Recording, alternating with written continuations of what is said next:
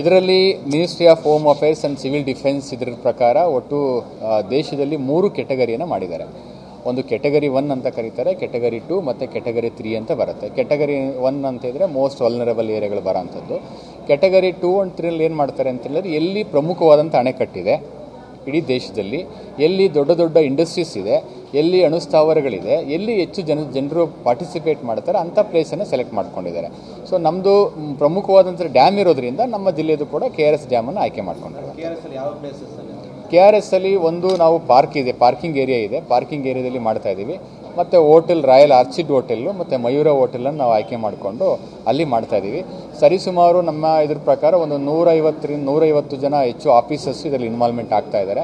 ಇದರಲ್ಲಿ ಎಲ್ಲ ಇಲಾಖೆಯವರು, ಕಂದಾಯ ಇಲಾಖೆ, ಪೊಲೀಸ್ ಇಲಾಖೆ, ಫೈರ್ ಇಲಾಖೆ, ಆರೋಗ್ಯ ಇಲಾಖೆ, ಎಲ್ಲ ಇಲಾಖೆಗೂ ಕೂಡ ಜವಾಬ್ದಾರಿಗಳನ್ನು ಕೊಟ್ಟಿದ್ದೇವೆ. ಏನೇನು ಸಿದ್ಧತೆಗಳು ಮಾಡ್ಕೋಬೇಕು. ಕಂಗ್ರ್ಯಾಚುಲೇಷನ್ಸ್. ಯಾರು ಹುಡುಗ? ಮದುವೆ ಅಲ್ಲ, ಬಿಸ್ನೆಸ್ ಸ್ಟಾರ್ಟ್ ಮಾಡ್ತಾ ಇದ್ದೀನಿ. ಹೌದಾ? ಹೇಗೆ? Boss Vala B the boss. ಅದ್ರ ಬಗ್ಗೆ ಮಾತಾಡ್ಕೊಂಡು ಇವತ್ತು ಡಿಸ್ಕಷನ್ ಮಾಡಿ ಪ್ಲಾನನ್ನು ಮಾಡ್ಕೊಂಡಿದ್ದೇವೆ. ಅದು ನಿರ್ದೇಶನ ಬಂದಿದೆ, ಅದ್ರ ಬಗ್ಗೆನೂ ಕೂಡ ಚರ್ಚೆ ಮಾಡಿದ್ವಿ. ಕಾವೇರಿ ನೀರಾವರಿ ನಿಗಮದ ಸೂಪರಿಂಟ್ ಇಂಜಿನಿಯರ್ ಇದ್ದಾರೆ. ಅದಾದಮೇಲೆ Karnataka industrial security police force ಅವರು ಈ ಡ್ಯಾಮನ್ನು ಈಗ ನೋಡ್ಕೊಳ್ತಾ ಇರೋಂಥದ್ದು. ಅವ್ರನ್ನೂ ಕರೆಸಿದ್ದೆ ನಾನು, ಅವ್ರ ಹತ್ರನೂ ಚರ್ಚೆ ಮಾಡಿದ್ದೇವೆ. ಅವರ ಅಸಿಸ್ಟೆಂಟ್ ಕಮಾಂಡರ್ ಕೂಡ ಬಂದಿದ್ದರು.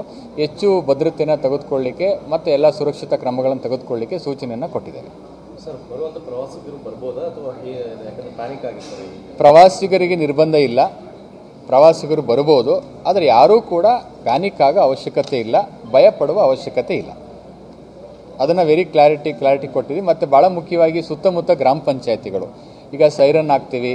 ಅದಾದಮೇಲೆ ನಾವು ಸರ್ಚ್ ಆ್ಯಂಡ್ ರೆಸ್ಕ್ಯೂ ಆಪರೇಷನ್ಸಲ್ಲಿ, ಇವ್ಯಾಕ್ಯುವೇಷನಲ್ಲಿ ನಾವು ಎಲ್ಲ ಜನರನ್ನ ಸ್ಥಳಾಂತರ ಮಾಡುವಂಥ ಸಂದರ್ಭದಲ್ಲಿ ಜನರು ಪ್ಯಾನಿಕ್ ಆಗ್ಬೋದು, ಯಾಕೆ ಆಂಬುಲೆನ್ಸ್ ಹೋಗ್ತಾ ಇದೆ, ಯಾಕೆ ಸೈರನ್ ಕೂಗಿದ್ರು ಅಂತ. ಅದಕ್ಕೆ ನಾವು ನಮ್ಮ ಗ್ರಾಮ ಪಂಚಾಯತಿ ಎಲ್ಲ PDOಗಳಿಗೆ ಸೂಚನೆಯನ್ನು ಕೊಟ್ಟಿದ್ದೇವೆ. ಸ್ಥಳೀಯ ಮಟ್ಟದಲ್ಲೂ ಕೂಡ ಇದು ಹೆಚ್ಚು ಅವೇರ್ನೆಸ್ ಮಾಡಿ, ಇದು ಅಣುಕು ಪ್ರದರ್ಶನ ಆಗಿರೋದ್ರಿಂದ ಯಾರೂ ಆತಂಕ ಪಡೋ ಅವಶ್ಯಕತೆ ಇಲ್ಲ, ಭಯ ಪಡೋ ಅವಶ್ಯಕತೆ ಇಲ್ಲ ಅಂತೇಳಿ ಸೂಚನೆ ಕೊಡೋಕ್ಕೆ ನಾವು ತಿಳಿಸಿದ್ದೇವೆ.